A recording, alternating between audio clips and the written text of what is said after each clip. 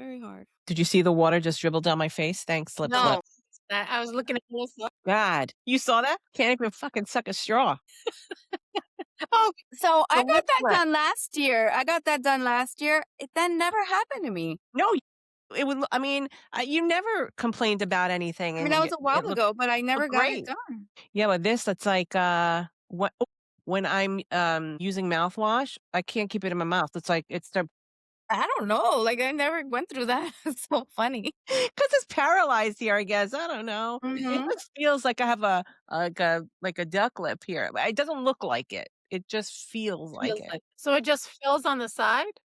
No, there's no filler. It's just a different type of It's Botox. botulinum. Yeah, like it. Yeah, It that I put here. They put it on the sides of your mouth, so it relaxes this, and then it just automatically gives you like a natural little. lips. Like if you don't, yeah, the upper lip part. But it also it paralyzes certain muscles in your lip, and that's what causes so now your natural movement of the lip is not there while it's still active in your system for the couple of months that it lasts. So certain things don't work like they used to. I felt like now if someone gave blowjobs, is it better or worse? Like, is it sloppier or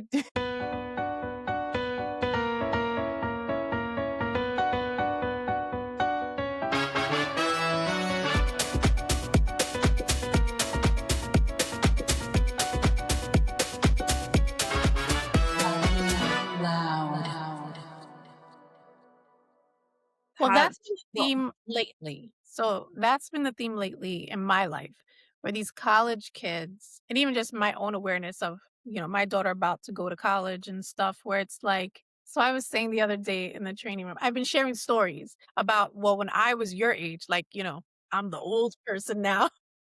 mhm. When I was your age, some of the things that they don't have the skill. Like, because I think, grew up at a perfect time where we have like before technology and then have the growth of technology and we've grown with it, but we know how to exist without it. Like, right? We were free. We didn't have a phone. Nobody could find us. Like, we know how to read a map. Like my daughter was shitting on me one day because I have no sense of direction. So I use GPS everywhere, even to around my neighborhood because I just always have it on. And my daughter was making fun of me and she was just like, "You can't live without GPS." And I'm like, "No." And she was like, "I think that's terrible that you don't have a sense of direction because my husband has a really good sense of direction and thankfully my kids inherited that, but I do not." And I'm like, "Listen, I can't be perfect. I have to have some flaws. So what that means that I don't have a sense of direction. I can live with that. We have GPS." And I was like, "But you know what? Let me tell you something. When I learned how to drive, I said I had an atlas. Do you know what an atlas is?" I was like, You shoved them in your I glove said, compartment. I had a book for every borough and Yeah. Westchester. Wherever I was going, Jersey, like I had a book for everything. And then I said, if I got lost, I had to pull over. I had to orient myself, find myself in the goddamn fucking book, and then, like a pirate, navigate to the nearest, closest main road. I was like, I'm a pirate.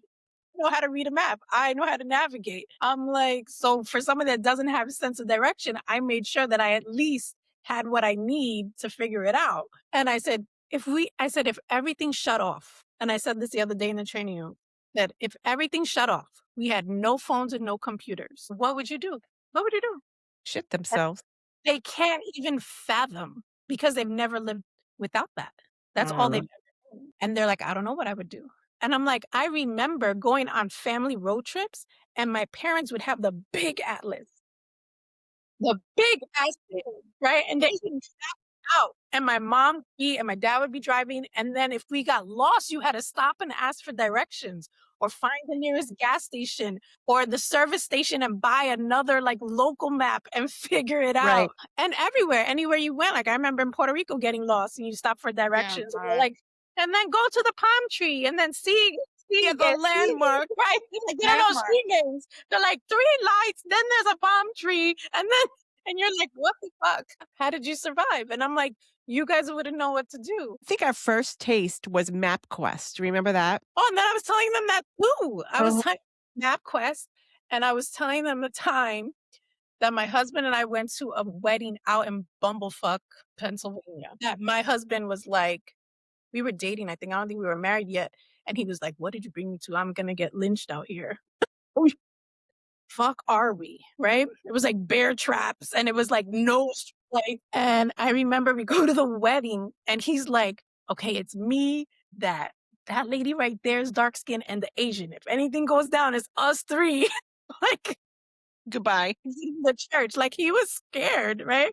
And then they had a party, like an after party at the hotel where everybody else was staying at. And we couldn't stay at that hotel for whatever reason. And I had MapQuest everything. So I had all Mhm. the papers and we left and we were trying to get back to our bed and breakfast place that we were staying, but there was no street lights and we got lost. And thankfully, he has a sense of direction. So he was like, "All right, we're going all the way back." So we went all the way back to the starting point, and I'm like this in the car, and I'm like reading the map, and we had to redo it. We had to like, okay, go all the way back, and then we're gonna start again and read the map quest. Mhm. But I'm like, Yeah. this Yeah. generation, no idea, no And idea. even like if, even if you're in the car and something went down, you have no phone, you had nothing. We're Mhm, out gallivanting in the nighttime, just driving our cars around, no phone, Mhm. flat tire happens, you're fucked. Your car breaks yeah, down, you're fucked. Me and Melissa went to the trailer. Remember my mom's trailer? Me and Melissa just went spontaneously. "Oh, you want to go for 2 nights? Let's go." And we had no phone, and we got a flat, and someone helped us. I don't know. He could have killed us, but he Right. didn't. He helped us. We got a flat on the side. I mean, that's just how it was. Mhm. Um, I was like, "Holy shit!" It's like 7 o'clock at night. I get a flat, and I don't know how to change a tire at the time. I didn't know, and we just got lucky. Like somebody was like, "Do you need help? Are you okay?" And we're like, no." And he did it right there. I mean, could have, like I said, but it was an open. It wasn't like a dark. I mean, the trailer. It can get like dark Yeah. road, Yeah. but it was a regular. It was one of the main roads. But I mean, there was no concept of calling anybody. It was like you walk somewhere. If you're Mhm. in a really tough place, you walk somewhere to get help, or you do it yourself. Yeah. yeah. And we always Yeah. had to carry change. Remember, Yep. you had to use a payphone and you had to find the nearest payphone. You had to call somebody or beepers. So you would like send somebody a message with the payphone number of the wait for them to call you back. Wow. And all the little codes we figured out with each other as Yeah. teenagers. Yeah, like you had to have your I forgot about that. My husband was saying, he was like, "Yeah, we had to have our own code so you knew it was me beeping you and call me back at this number." So it was just like a street of numbers that we had to like decode. And figuring out I love you and all those kinds of But then you got Mhm. fancy and you got the beepers that actually then had, remember you would call someone and give them the message? Mm, Do you remember that beeper? I forgot the name of the beeper. And then they would put the message, the fancier beepers that came around later. You'd actually get a message. no, You don't I remember didn't that? I didn't have that. I was telling them a story recently because we just had spring break and I had a group of kids that were going to Cancun, but that's when like all the fires and stuff recently were happening in Mexico. So they were like, I don't know what to do. I was calling my mom because they're all kind of international kids and they were going for spring break and they're like, I don't know what to do if we should go or not. And I was like, oh. And so I go, well, don't ask me because my spring break senior year trip was eventful. I was like, my friend got abducted and almost sex trafficked the first night. And they were like, what? And I'm like, and I'm telling them the story, and I'm like, yeah. I said, we all went out, and I said, it was a big group of us, all spring breakers, like even that plane, it was all college kids on the plane. And in hindsight, I look back and I'm like, oh, she was being sex trafficked. Like, Mm. definitely, 100%. And I told him, I said, we go out, it's our first night. And spring break, Cancun, they're literally with the bottle pouring the alcohol down your throat, shaking your head, Mhm. blowing a whistle. They do that in the bars. And so we all go out. And again, we don't have cell phones or anything like that. She had her little digital camera and she had all our IDs in her little purse. She was the only one that went with a purse. And we go out and there was a big group of us, but it was mostly guys in our group. So for me, I felt safe that we were in a group with mostly guys.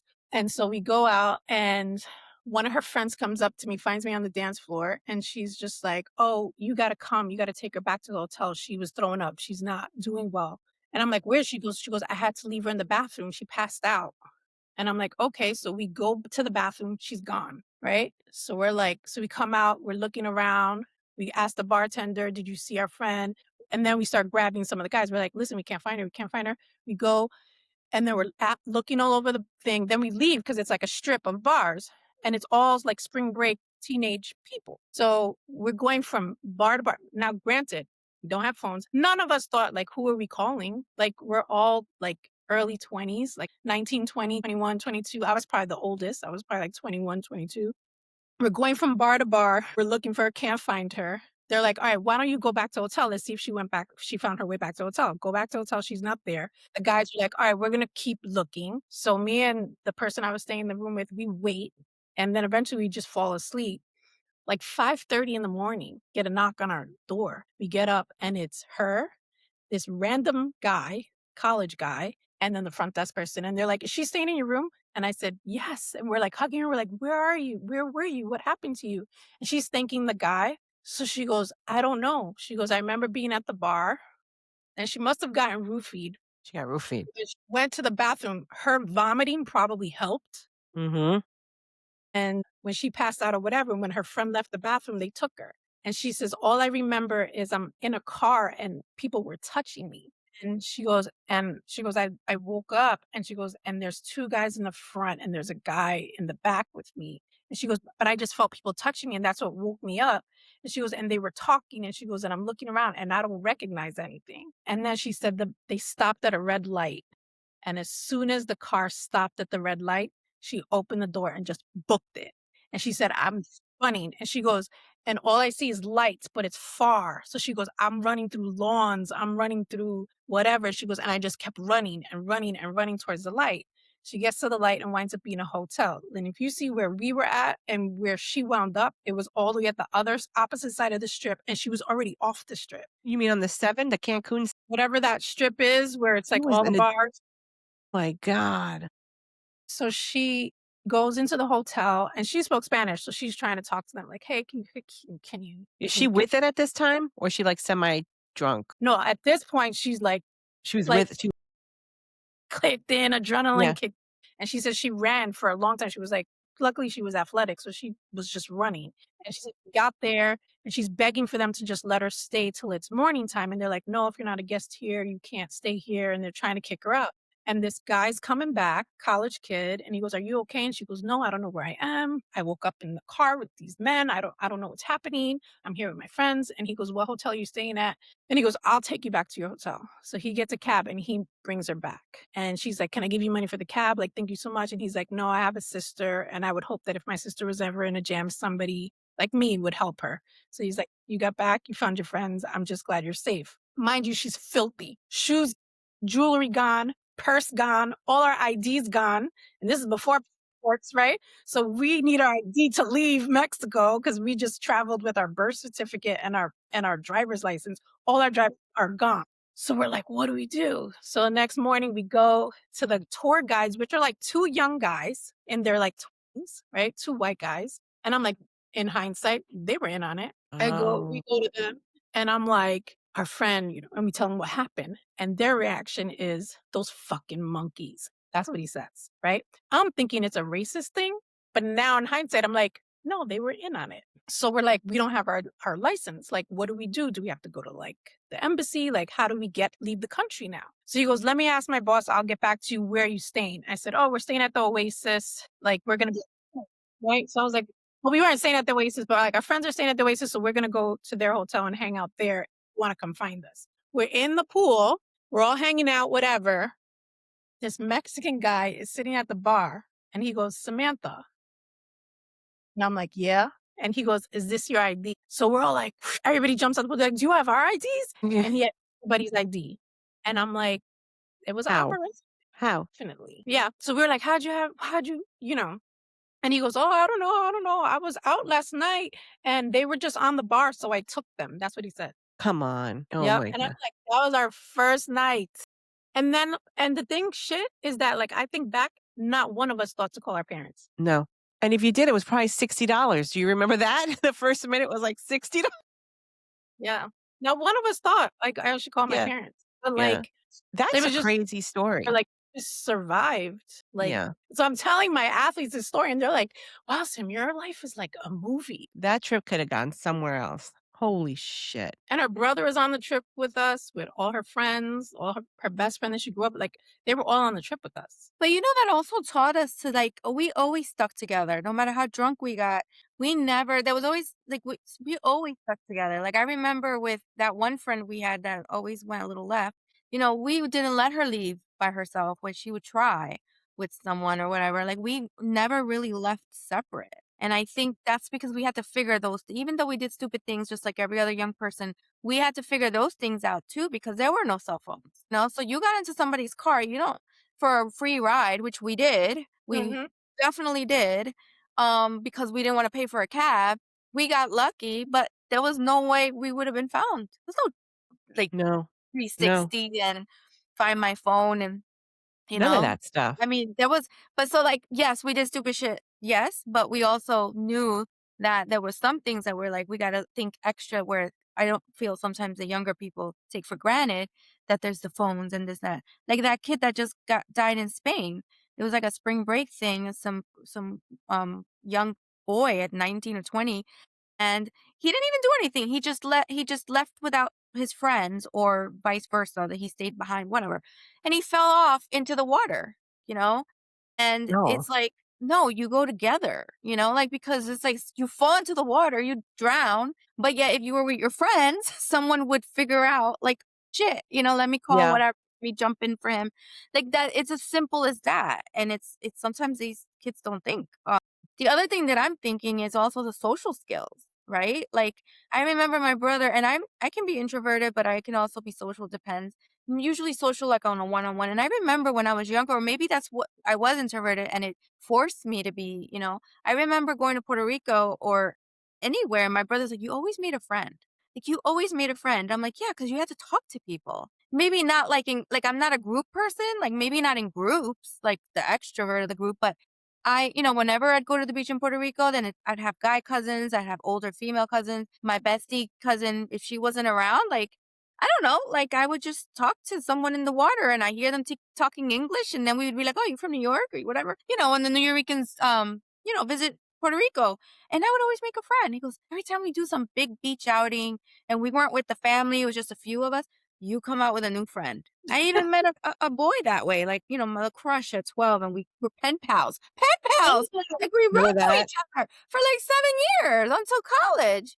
You know, like, just we met in Culebra and like we exchanged information and like, and he played the piano and I played the piano. We had interest. We talked and then we sent each other letters. Like, that's how ancient it sounds saying it out loud, like we're so old, but we're not that old. And like, it's just so much ability to have the social skills of, I don't know, like just say you don't want to be bored, you got to talk to people. You don't want to be bored, you got to like entertain yourself. You don't want to be bored, you got to go meet people or do something that doesn't require looking down at a screen, you know?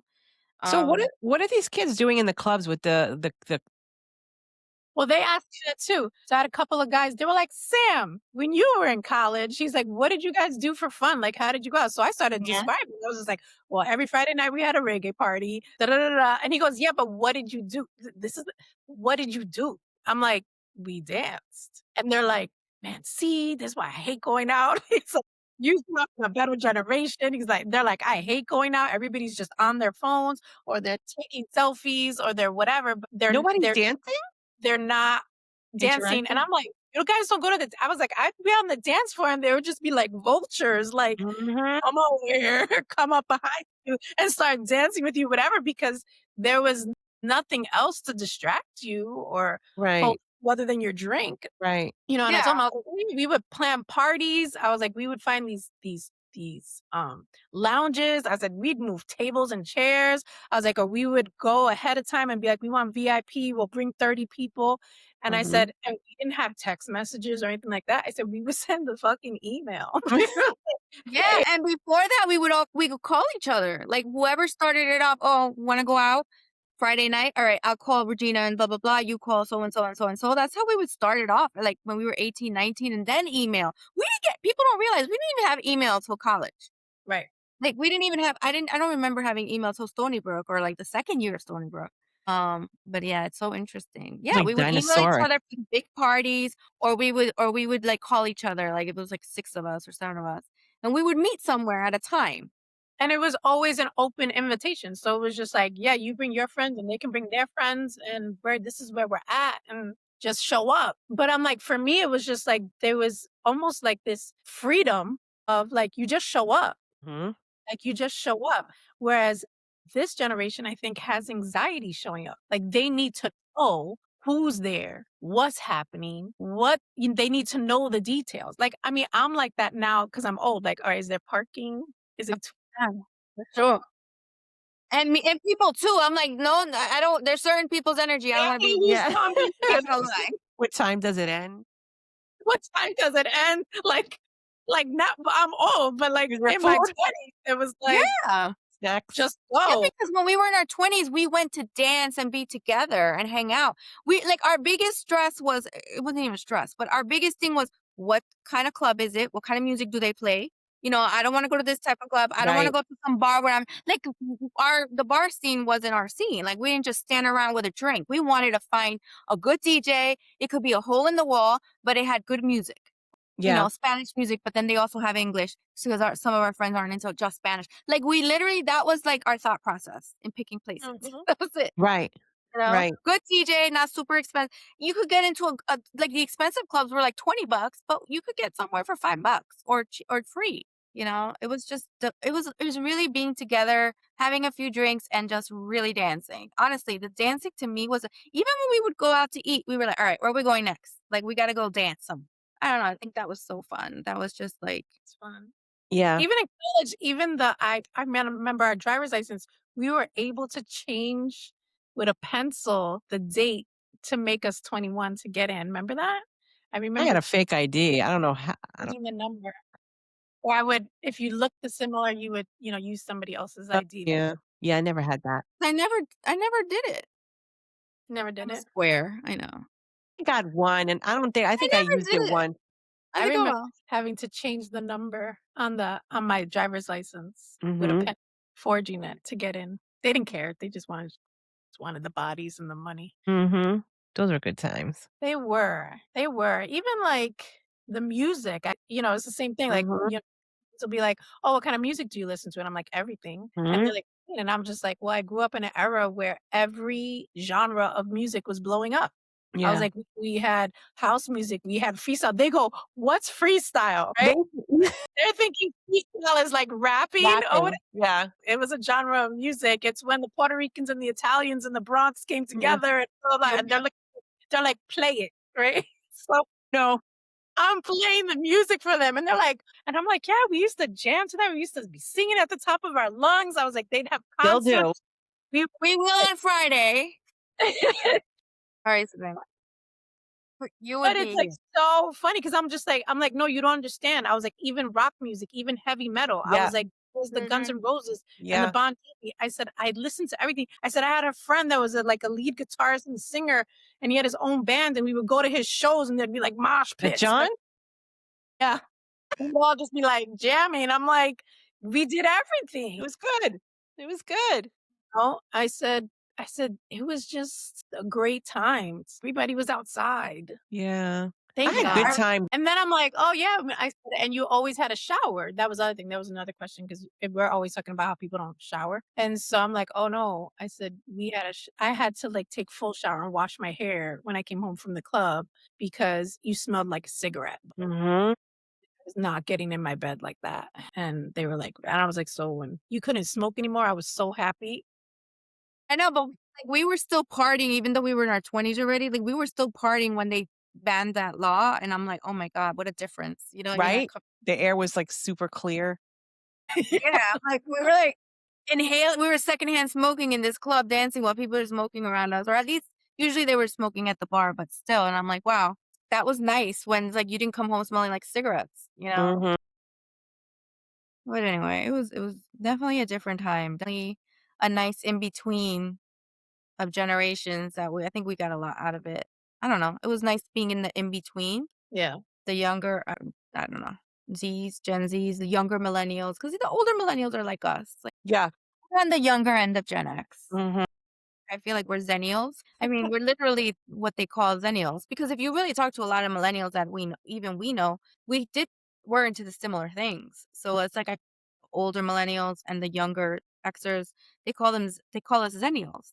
And 'cause we were into the same thing. They still watched our shows. They still, it's just a 5-year difference. But it was just, yeah, it was just a different. I don't know. I feel like it allowed us to be present because even when you took pictures at a club, you took the pictures and you kept it moving. Yeah. Now it's like this, the selfie, the let me take a picture of that, this, it's like You didn't know what your picture was gonna look like, so you developed it.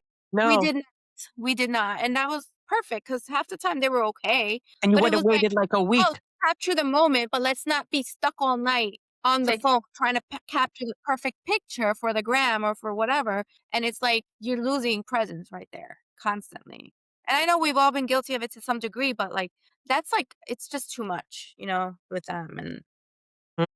and they don't know it's not their fault, in a way. yeah, they don't know any other thing. And I'm laughing because I'm just like, so what would you do? What would you do if technology just stopped? And I was like, I'd freaking make a margarita and sit on my lawn chair and just watch everybody Yeah. freak out. Let's play spades or dominoes. But I Yeah. mean, I feel like when you take all that stuff away, at least for maybe setting the rule for your kids or something, I see how my kids just they enjoy it, right? They want that. If they're just sometimes they're like you and me have talked about your daughter and my son, like going away to camp or going, your daughter working like at her camp. Like my son never missed it. But he comes here and it's like he's amongst all his friends. Thank God my kids are a little more athletic, so they like to go out and play and do stuff. But still, they're just still in the generation they live in. And so it's like when there's an idle time, what do it's like you don't have to get on your phone because you have idle time. Like you don't have to get on your phone because you just don't feel like playing outside that in that moment. So it's just like, when you really direct them, they rise to it, but they're also out there competing with the rest of their generation. So it's like I feel bad for them too. So it's like you can teach them or you can try your best to teach them or say no phones at the dinner table, things like Right. that. So we try to do things like that, but at the same time, it's like we're competing with a whole society. And then like what it does to your mental health, because I know when I'm on Instagram too much or any of that, I get overly stimulated.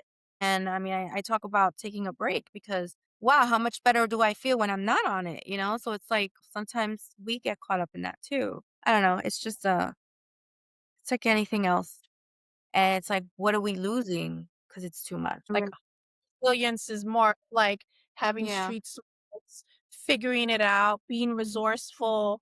They don't have to have any of that. They have all the information at their fingertips and they want immediate response. And so like they're processing so much information at one time where it's like, what are you retaining?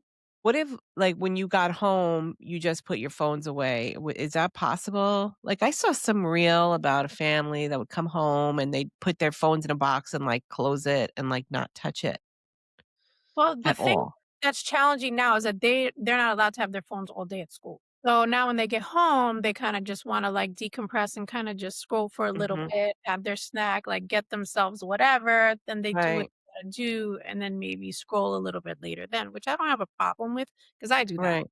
Kinda just like, Right. whatever. Because they don't have their phone all day, but when we do sit down to eat as a family, there's no phones because I always feel like there's a lost art of conversation in Hmm. that Hmm. generation. So at least I wanna teach my kids how to have conversation. My issue is that, like, when we grew up, right, you couldn't see your show whenever you wanted to see your show, right? So there's a lot of time, like Saturday morning cartoons, that was when you watch cartoons, or right after school, there was cartoons, and then you had certain sitcoms, but if you missed it, you missed it. Shit out of luck. Right. So, whereas now they can watch anything, they can watch a show, right? So then you wind up like, and I'm guilty of it, you watch it Hmm. convenient. So they don't know how to be bored and they don't know what to do when they have time. So they scroll. Like they have to fill the emptiness. Whereas like for me, So, and I had just had this conversation. I was at my brother's house and I went to my brother. I said, "Did mom and dad ever have to tell me to clean my room?" He goes, "No." I said, "Was there ever stuff on the floor of my room?" He's like, "No."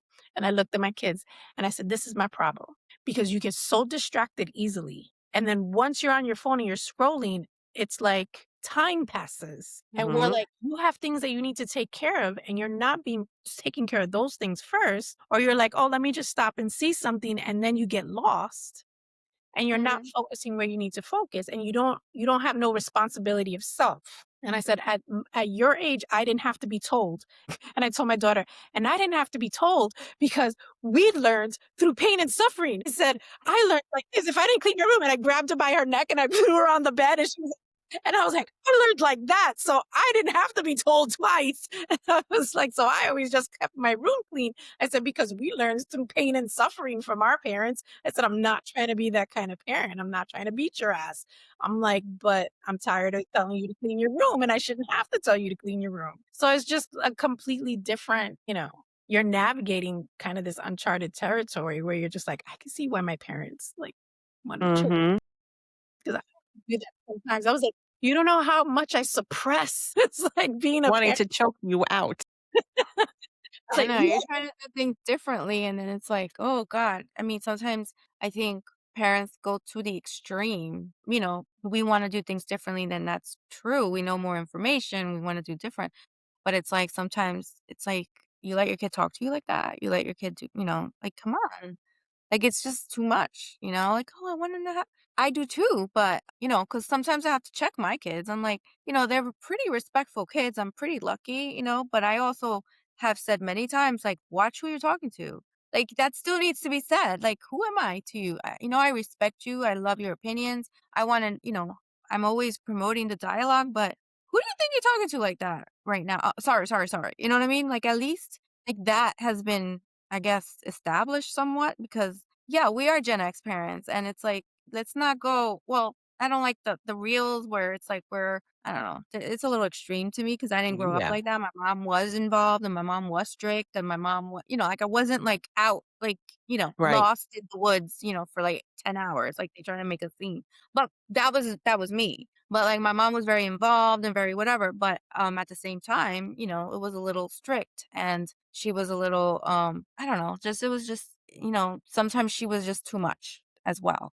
And I just feel like, we want more dialogue, we want a conscious parent, we want a connection more, and it's like, but then sometimes that kind of falls into the line of permissive parenting. And there's some parents who just like the kids just talk to them any old way and do whatever. And I'm like, no. I remember even when my kids were 4 or 5, I remember a play date, and at the time my son's friend and the mom would come over, it's like me and the mom were friends. And her son just was like, I gave him snacks, and it was like something with a wrapper, and he just threw the wrapper on the floor. I'm like, "You're not gonna tell your kid to pick up the wrapper? So and so, like like that's he does that all the time." Like, that's like, you let your kid just like my kids clean up after each other, even at 4 years old, 5 years, like, you still gotta teach them to do things. You be don't just responsible for they're themselves. servants and, like, doing everything for them. Like, I'm sorry, like, this is not, no. And just, like, stuff like that, or, like, not addressing adults. I remember Jose would be like, "Go say goodbye to your coach," you know? Kids get into your car, kids, like, all the things, and it's like they don't even say hello to you, like, some of them do. I'm not gonna say, many of them do. But, like, sometimes they don't even acknowledge each other, And I'm just like, "What?" I don't know, there's little things like There's a that lot I of disrespect, no? Like, a lot. mean, to us it is, but it's Yeah. like there's a sense of normalcy sometimes. Like, don't you acknowledge this person? You haven't seen them, you're gonna hang out with them, or you're gonna do, like, you address each other, or you address the parents, or you go to the parent and say hello. And I'm not saying I'm pretty lucky with my kids and their friends, but I have seen it happen quite often and with other kids, and I've seen it sometimes with their friends, and even my own kids I've had to check them. So I'm like, I don't know, like, or they don't see a kid for a while. They're not friends with the kid anymore, and they don't even acknowledge the kid. And I'm like, you were friends for 4 years. Like, just Mhm. because you're not friends anymore doesn't mean you don't acknowledge. It's a weird, this awkward thing that I don't know. They have this Yeah. generation. Or even like how they communicate. So, like I'll have an athlete and I'll be like, oh, like somebody graduated. And I'm like, "Oh, I heard," and, I'll stay in touch with them or whatever, and I'll be like, "Oh, I heard your friend is applying to nursing school." And they're like, "Oh, really?" And I'm like, "You don't talk? Like, isn't that your friend? Isn't that your boy? Like, you talk all the time." And they're like, "Yeah, I talk to him every week on the video game." And I'm like, Not "Okay, but you don't talk talking. about, like, how's your family? What's going on in your life?" Like, they don't have those conversations. They just have, like, these superficial conversations Superficial. Yeah. and nothing Nothing deep. personal. Right. You'd actually Right. know about the person's life. Like, they don't Right. like, that to me is weird. Right. Yeah. Or even Right. sometimes I'll have athletes that come and they have no friends, and they're like, "Literally, Sam, you're my best friend." I'm like, "You're a 50-year-old woman shouldn't be a college student's best friend. We need to make some friends. Like, let's work on this." They're like, "But you know my whole life." And I'm like, "Okay, let's work on this. I'm not your best friends. I'm your confidant. You can talk to me. Cool." They're like, "No, Sam, but you're like literally know my whole life. That's nice. But you don't know mine." You're special. Sammy special. But I think the biggest thing, and actually my oldest daughter said this one day in the car, because when she does camp, she does toddlers, and she's amazed at how, even though they're toddlers, she felt like I always taught my kids to be independent. Like, I didn't rescue them. I let them suffer a little bit to figure it out. And my daughter was like, "No, I appreciate that. You didn't always rescue me." That builds their resilience, that builds their character, builds their ability to figure it out or be resourceful or speak up for themselves.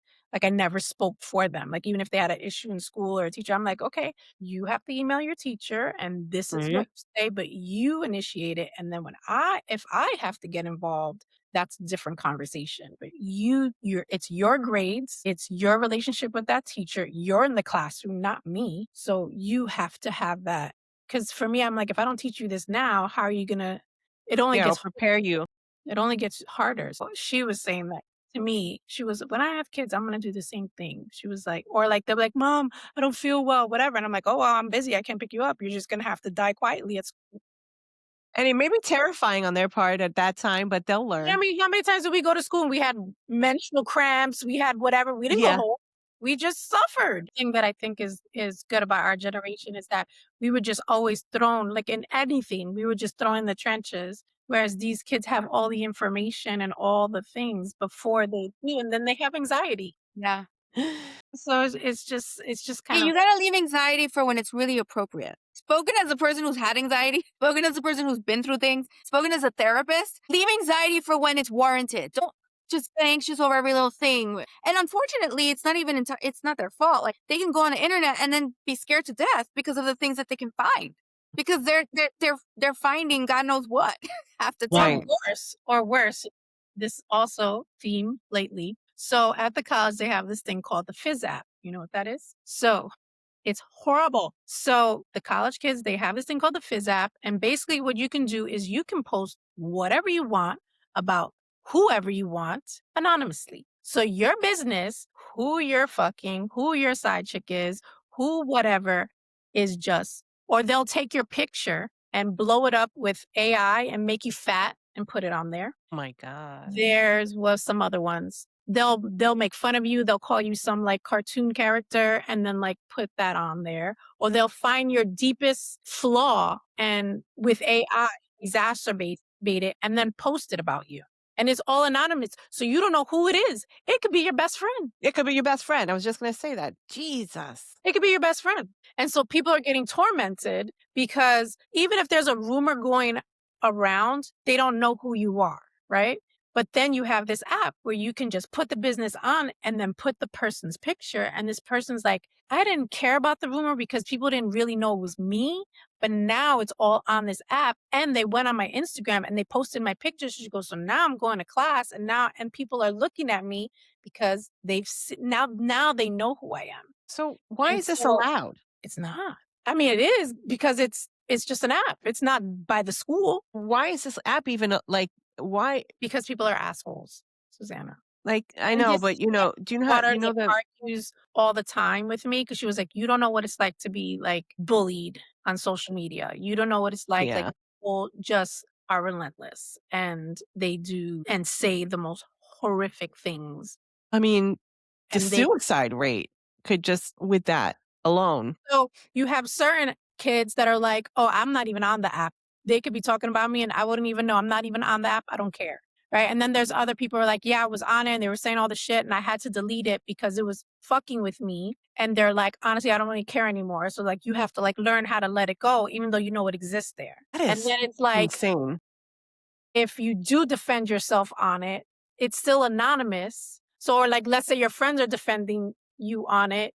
They don't know that it's your friends defending you. It could just be you trying to defend yourself. So how people are reading it also is off. Ugh, that's disappointing. And so it's pretty terrible, you know. So a Mm-mm. lot of times we're like counseling people in the office, like, okay, you know, and that's a lot of times where people are like, you don't understand, Sam, but they said this about me. And I'm like, so I was like, next week it'll be somebody else. I'm like, Isn't there a way like to like get you can report it and then they take it down.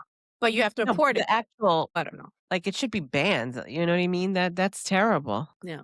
That could really, really destroy somebody. destroy them, especially now with all this anxiety around trying to be perfect and what they see on Instagram, all this fake perfection Fake and then they're lives. taking it to the opposite end and showing people's imperfections and oh my God, it's terrible. Or taking them out of proportion. Yeah. Anonymously. That shouldn't be This is allowed. That should be banned. no, I totally agree. So it's been a major, major problem. The Fizz app. Yeah, it's called The Fizz. Fizz app. Yeah. So you just post anonymously. I mean, sometimes people are like, oh, guess what? Like I caught a stray. They were making fun of this person and then I got pulled into it and they called me this and they'll laugh about it. Right. But again, it depends on your level of confidence. So I feel Right. like either people are this extreme or this extreme. There's no in between. Hmm. You know, getting the wrong person, you could see why somebody would harm themselves or somebody would, you know, Mhm. or Mentally people are terrible. in therapy, you know, they're in therapy, all these various things where it's like, and they don't know how to navigate it. And Mm. then what do you even say to a person? So a lot of times they come and I'm like, what do you care what these people think? Or what, you know, how did you get into that situation? And now we know to keep our shit private. Now we know, be careful who your friends are. Now we know this is a learning experience. And I try to just bring it down to that. Like, this is a learning experience. And, you know, you keep it moving, and keep a low profile. Somebody else will catch it next week and you'll be forgotten about. But it's sad a little bit. I'm glad. Mm.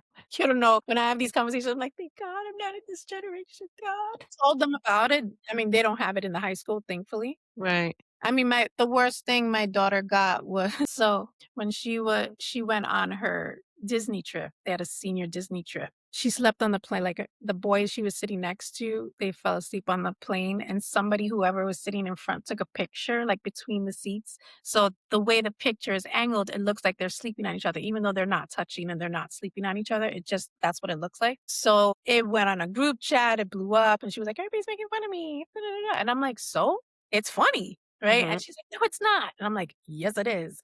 And then she's just like, "No, mom, you don't understand." She's like, "Now the boys all make fun of me. So now when they see me in the hallway or they see me in class, they sing the song, 'Put your head on my shoulders.'" Right? So every time Aw.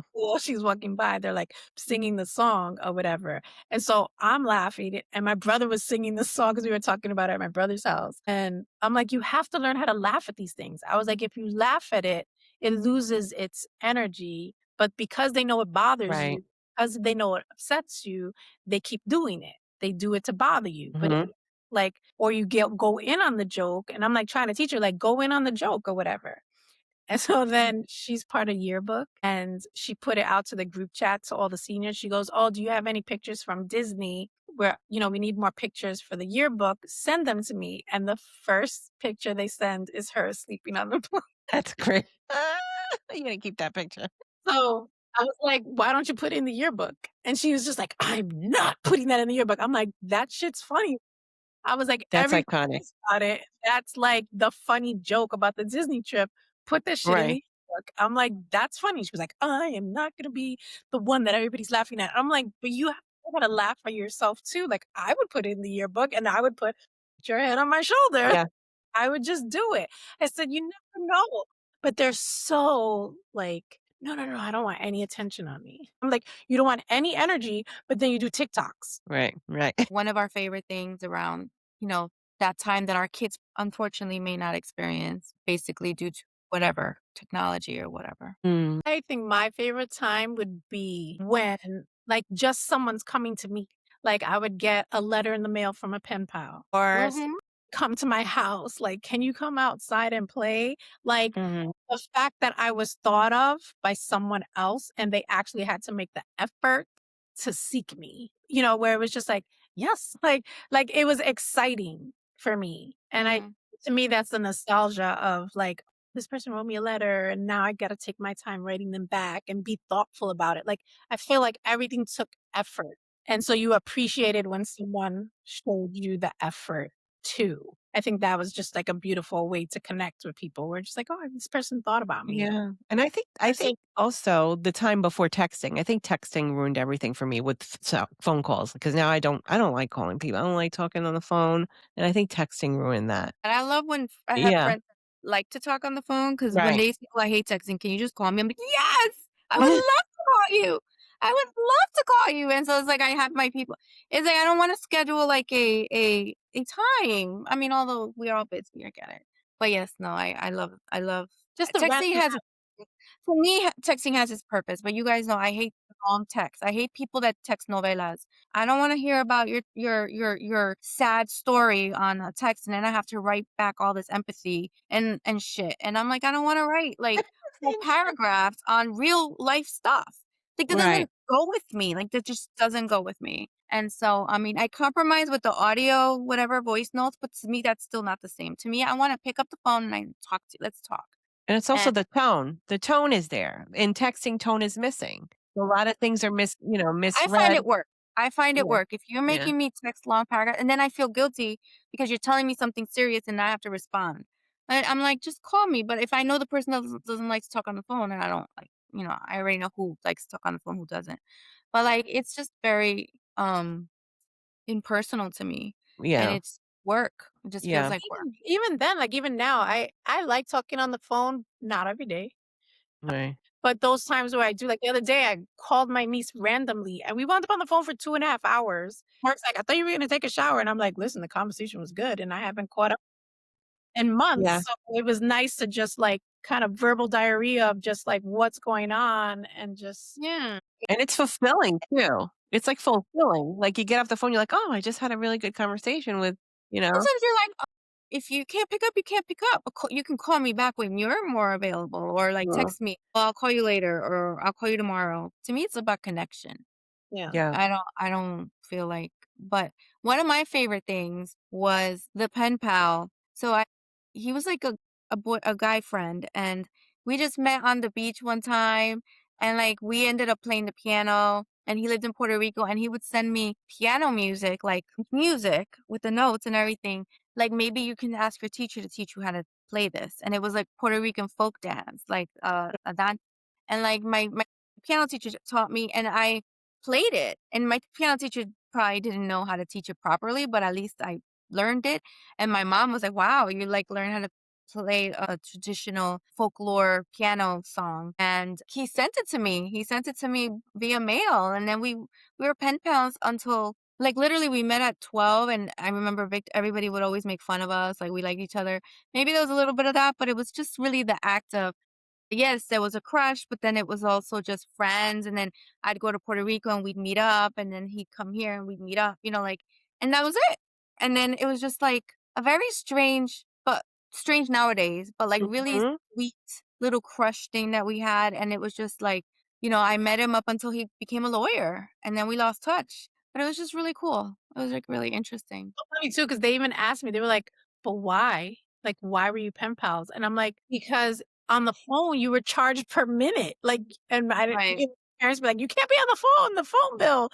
So Yeah, like yeah. it wasn't until later where it was like, "Oh," and then it was like after 9 o'clock it was free. So I'll call you till after 9 because I don't want to pay the little cents, the little charges. Mhm. But I'm God, I like, forgot about all that.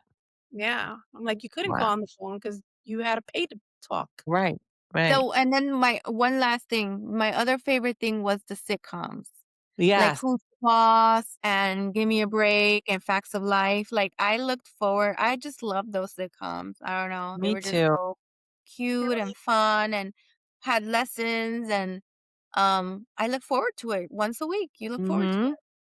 I still watch some. I mean, not the old ones. I watch Martin here and there. I just not the really old ones, but I can't find those. Yeah. They're But they were great. entertaining. Mhm. And it was something to look forward to. Like it was just like that Mhm. was part of your agenda. Yeah.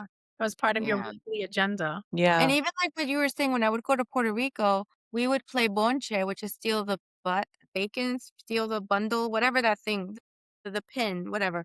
And we would all go around the neighborhood, take a shower, eat dinner, and go to the marquesina and be like, oh, is so and so here? Can she come out? And I had my peoples from my house in Vega Baja, and I had my peoples in Victor's neighborhood, the girls that he grew up with, the Keynotes in Bayamon. And it was like we would just walk around, find each other, and then hang out, play in Vega Baja. We would play steal the bacon or steal the bundle, whatever that thing's called. And like we would just play and talk and hang out and sit on the sidewalk and get limbel. And like that was it. That's just Mhm. connection, Yeah. Just presence. presence, Putting things connection. together. You know, it's Yeah. like, oh, let's play a game. Playing cards. We just walk and explore. Mhm. I We did would play that a lot. briscas, Mhm. dominoes. Good Yeah. time. I also remember like listening to music in my room and you'd have the The cassette tape. and try to tape from Yeah. the radio The talking. and they would Announcer, say, "Oh, so and so's song is coming up DJ, in or like a whatever. minute," and you'd be like this, "I'm Yeah. getting ready." Yeah. And trying to remember the lyrics or making up your own lyrics, whatever. Writing down the lyrics, learning the songs. Like I would literally we knew every lyric to every song to the point that Mhm. the word I would start singing a song just related to the word you said. Everything took effort. I'm running out of gas. That Perrier looks really good. Was it Pellegrino? It's Pellegrino, yeah. I Go on. want it. Can I have it?